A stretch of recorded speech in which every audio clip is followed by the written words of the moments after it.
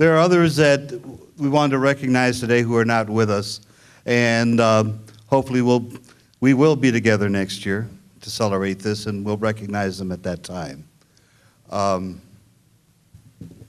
wasn't with you last year. I was in Nairobi, Kenya. Nobel Peace Prize winner Wangari Maathai had put together a global green youth forum, and I was invited to be the motivational speaker. And there were young people from 47 countries all over this earth with wonderful hopes in terms of democracy and freedom in their lands and wanting to work toward a better future.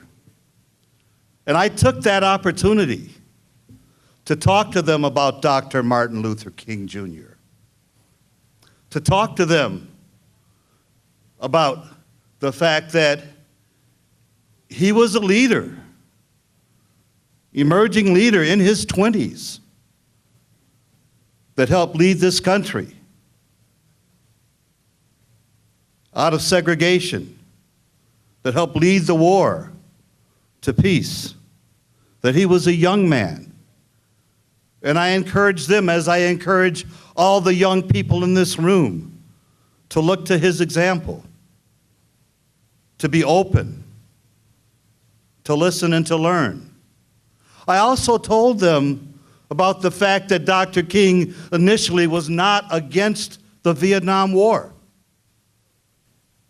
And a college student, Stokely Carmichael, now known as Kwame Nturi, challenged Dr. King from the front row of his church in front of the whole congregation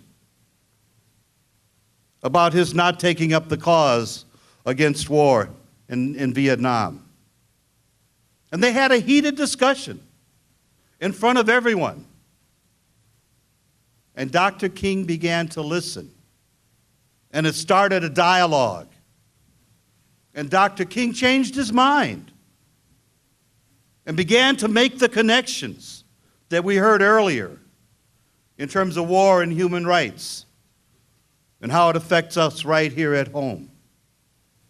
And because of that dialogue, Dr. King took up leadership that brought the faith community much around the world together to help end that war in Vietnam. So I reminded them about being open-minded and willing to listen and discuss, but also to stand up and to take that leadership that we look for. You know, from all of you young people who are here, it's so wonderful that you're here. Let's give them a round of applause, please.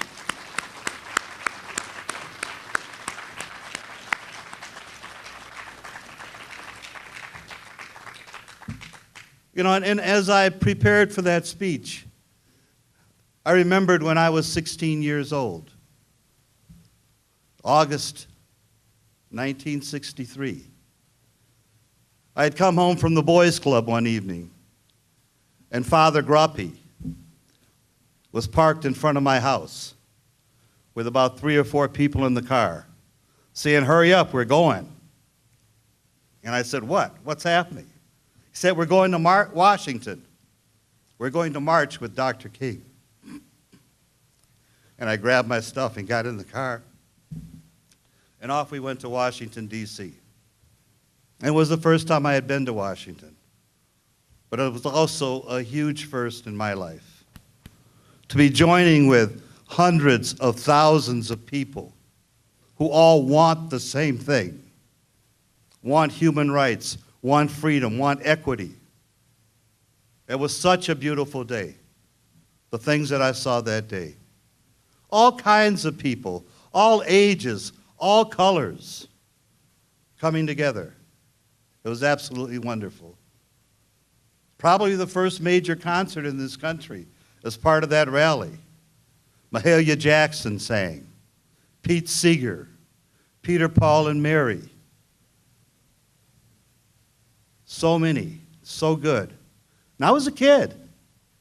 And at 16, I was just overwhelmed. And I wandered away from the group.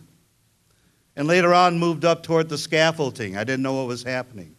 And it ended up that that was the point where the speech was made from. And as I sat there looking at 150,000, 250,000 people in front of me, I felt bumped forward, and I turned around. And there was a group of men pushing through the crowd to get to the microphone. And I saw Dr. King.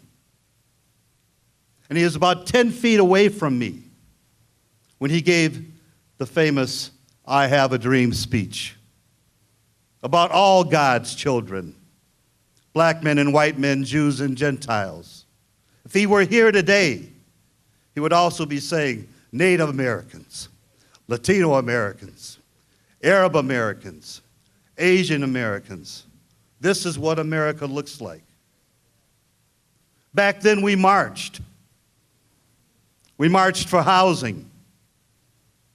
And now we have homelessness. We marched for jobs.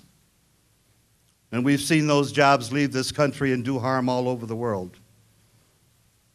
We should have been marching for health care. But the unions figured they had that covered and it was taken off the table of demands. But we do not have health care yet today in this country. You know, so many things. Education. And now affirmative action is taking steps backwards. I put the call to everyone here, and especially young people, to continue the struggle for social and economic justice. We deserve it. America has to change. And we are the ones to bring out and about that change. You know. We stand on the shoulders of those who come before us.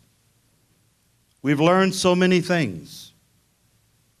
And it's up to us to work together, to keep moving forward, to help change America and change the world.